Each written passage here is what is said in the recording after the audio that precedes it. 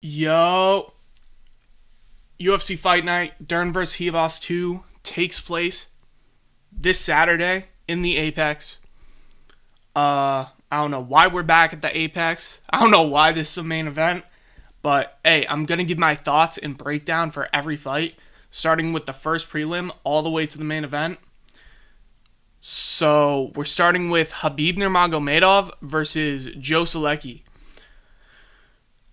I'm picking Khabib. I'm picking Nurullo Aliev. Joe Solecki's a bum. He accepts bottom position. He gets taken down. He gets beat up when he's on bottom position. I just think he's a horrible, just boring jiu-jitsu player. Gets taken down, accepts bottom position because he believes he'll be able to choke someone out. Drakkar Klose slammed them on his head. If you're getting slammed by Drakkar Klose, who's never sniffing the top 15, hey, the rule leaves beating you, bro. Grant Dawson also just took him down, beat him up, bottom position, accepted bottom position, tried to guillotine Grant Dawson. That's one thing I will say, he has a good guillotine. Nurullo Aliev actually gets himself caught in guillotines like all the time when he shoots. So I could see Solecki try to choke him out, but Solecki's taking it on short notice. I don't know if he'll have that game plan set up. I don't know if he studied Aliev and figured out oh yeah, I could guillotine this guy. I could try to spam Gilly because that's all he'll be able to do. But yeah, I'm picking Nurullo Aliev by decision. Maybe a late round TKO on the ground and pound TKO. So yeah, Aliev has pretty good control time, good wrestling, just all around he's a solid wrestler. And he can beat you up on the ground. The one thing I will say is he doesn't do it enough. He doesn't posture up enough. But when he postures up, he's got good ground and pound. So I could see that happening. Grant Dawson was beating you up on the ground, Joe Solecki. I don't know what to say after that. Grant Dawson literally just sits on people's backs and controls them half the time. So, all right. Next up, Fatima Kline versus Victoria Dudakova. I'm picking Victoria Dudakova as a plus 575 underdog. I think this is a pretty 50-50 fight. Both good prospects. Dudakova did gas in her last fight, but I just don't see Kline putting on a crazy pace on her. Dudakova, I think, will back up Kline. Kline seems to back up. Dudakova does have pretty decent forward pressure. Dudakova's a decent wrestler, solid boxing. She's training over with Ilia Topuria at Clement Club in Spain. So yeah, I'm picking Dudakova. I don't know why she's such a massive underdog. I mean, I guess I'll take it, but yeah, Dudakova as an underdog. All right. Coming up, we have Magomed Gadzhiyasulov versus Bruno Lopes. I'm going MG here. I think he's actually a decent prospect at light heavyweight. Light heavyweight sucks. It has good prospects coming up, but light heavyweight sucks. Bruno Lopes, he sucks. He got chinned by Brenson Ribeiro, who MG beat. So, I mean, dude, he almost got chinned in his return to Contender Series. He shouldn't even be in the UFC. He got chinned in his original Contender Series fight. Then he almost got chinned again by a bum. So, yeah, I'm picking Gadzhiyasulov. I think Gadzhiyasulov will just style on him. Good kickboxing, good wrestling. He actually tries spinning shit and jumping shit, so he's pretty unique to the light heavyweight division in that sense. I guess the closest thing, is in terms of how wild he is Johnny Walker, but MG really isn't wild. Everything he does is super technical. He just pulls out ridiculous shit at his size, so yeah. I'm going MG. I think he's much better. I think he's a much better prospect. I don't like that Bruno Lopes has basically no chin. He's got solid boxing. MG does tend to gas, so I could see Lopes having a bit of success late with his boxing. But yeah, I think MG will style on him, pick him apart, and win a decision. All right, coming up, we have Ernesta Kareckaite versus Nicolle Caliari. I'm going Kareckaite here. I think Caliari sucks. She's been beaten by bums. Kareckaite, in her debut, she really impressed me. She's a good kickboxer. She's got good weapons. She's got good long punches. She's got good size. Very long kickboxer. Good long punches. Good at keeping it in kickboxing range. So I think she'll just pick apart Caliari. I don't think Caliari's going to be able to take her down. A lot of people are picking Caliari here, saying, oh yeah, Caliari's going to take her down. She's going to take her down on the ground and beat her up. And no, she's not. Kareckaite faced Barboza in her debut, Dione Barboza. Barboza only got her down twice. Barboza, she's like a world-level judoka. Like, she's got crazy judo.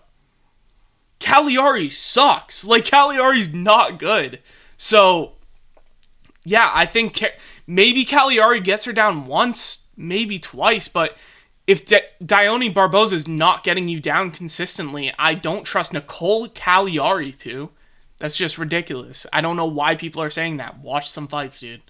All right, anyways, Ernesta Kareckaite, I'll go decision. Not a great finisher.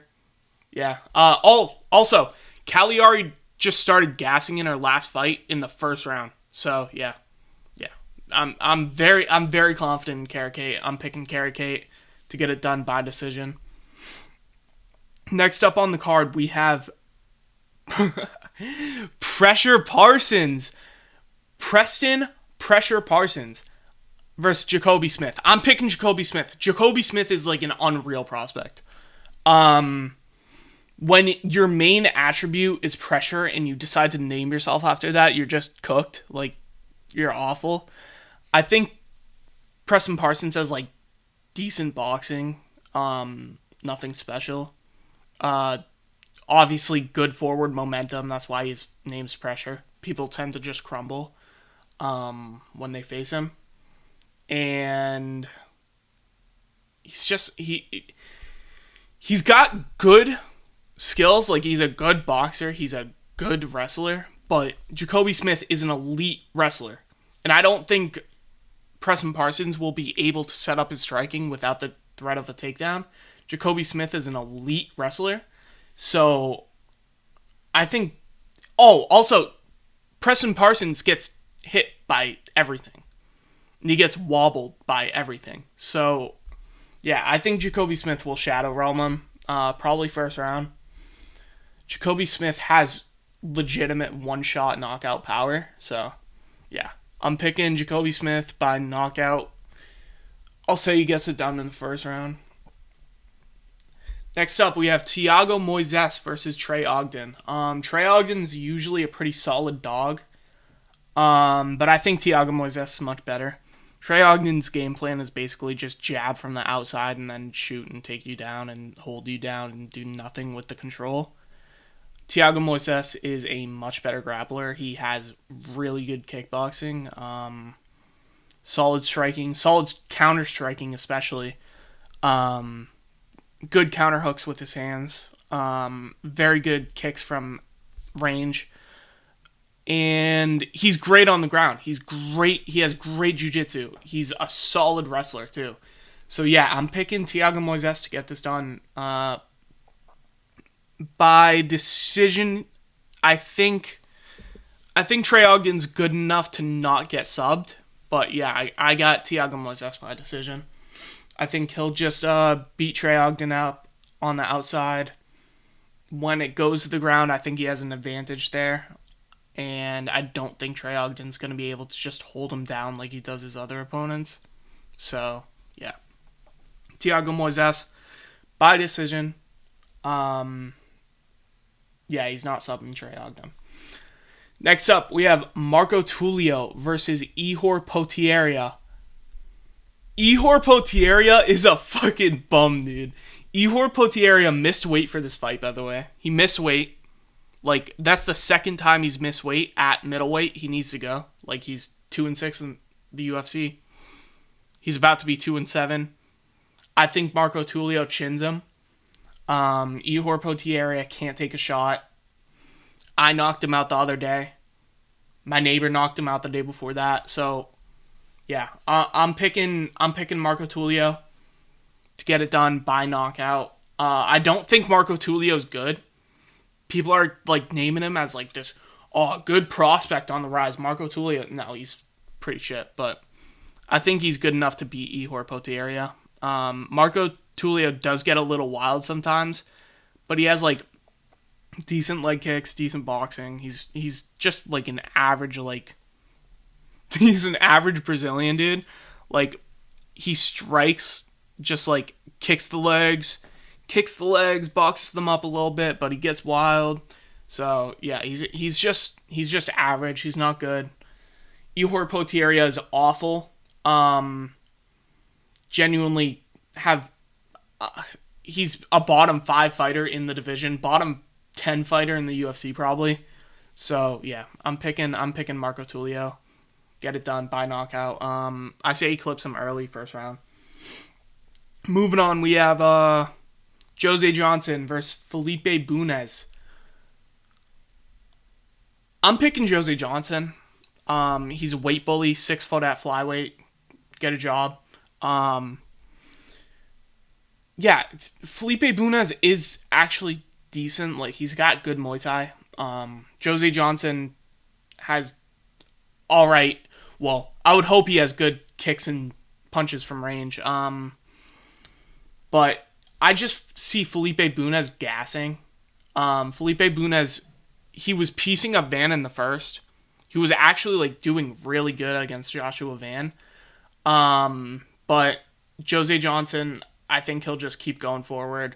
Felipe Bunes does tend to back up. And yeah, I think Jose Johnson will keep going forward, pick him apart with teeps, jabs, straights, long combos. And yeah, I think he could actually get this done by knockout. I think he could finish Bunes here. Yeah, I'll go Jose Johnson. Third round knockout. I think Bunes gasses, gets put on the back foot, and Jose Johnson picks him apart with teeps, punches, straight punches, and yeah, Jose Johnson, third round TKO. All right, moving on to the main card. First fight on the main card is Punahele Soriano versus Uros Medic. I'm picking Medic here. Puna sucks. He's terrible. He's not good. I don't know why people keep overrating Punahele Soriano. All he has is the left hand.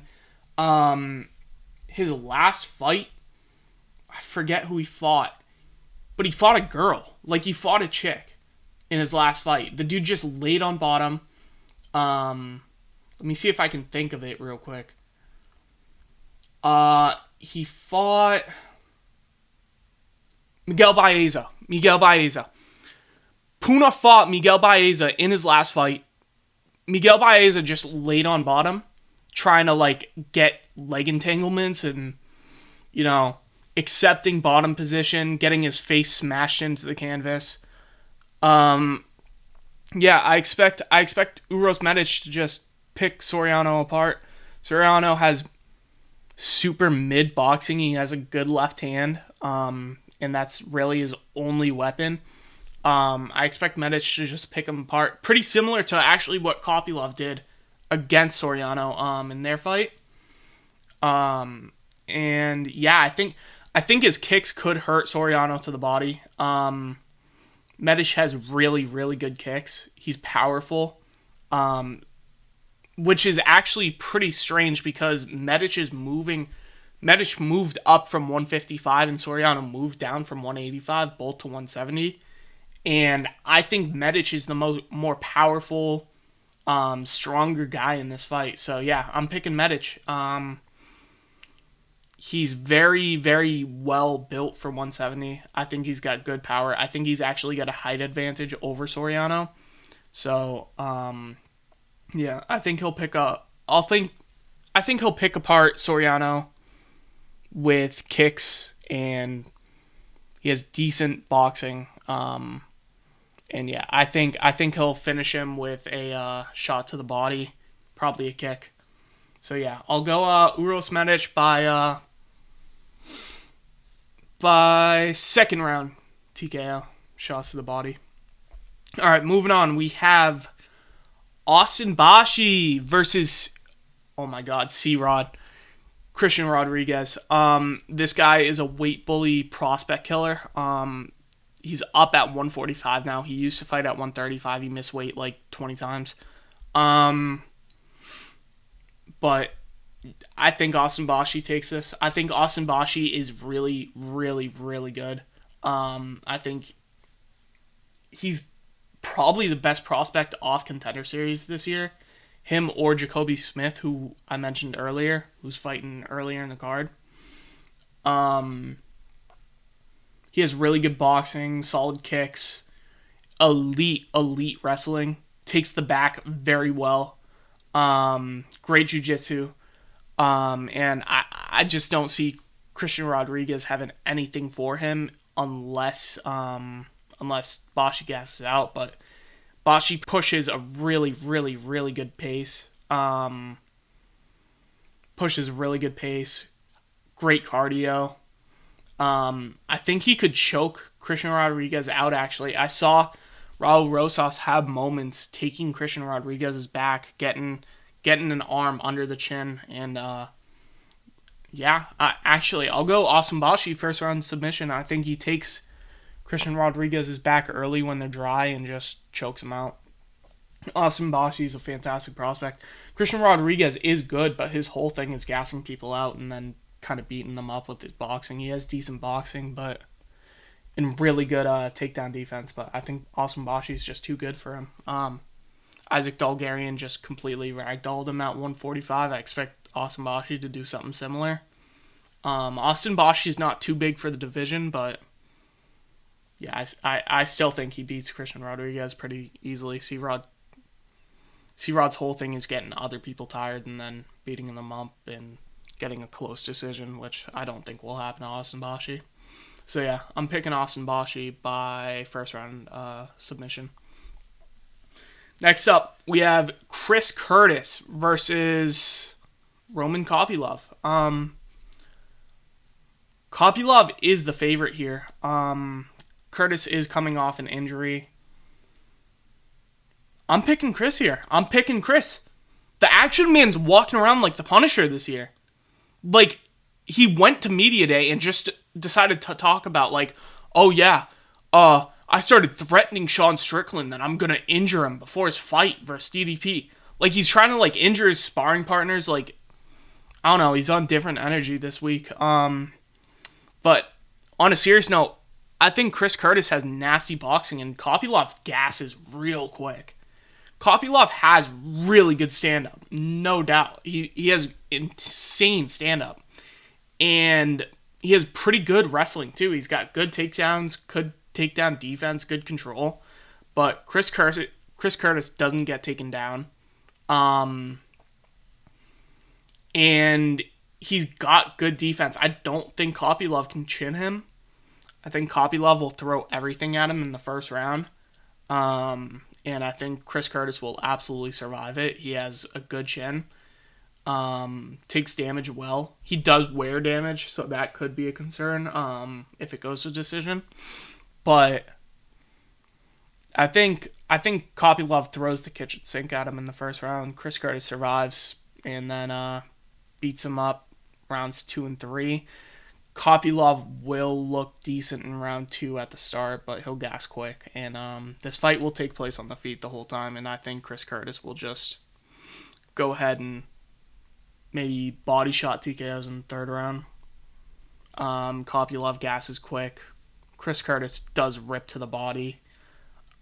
Very good boxing. And I think he'll just back Kopylov up. Probably, yeah.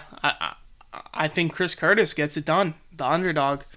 I think Chris Curtis walks him down in the third round when Kopylov gasses and puts him away with body shots. All right. Moving on, we have Cesar Almeida versus Abdulrazak Alhassan. Abdulrazak Alhassan sucks. He hasn't won a fight in or he's won 2 fights in 7 years or some shit.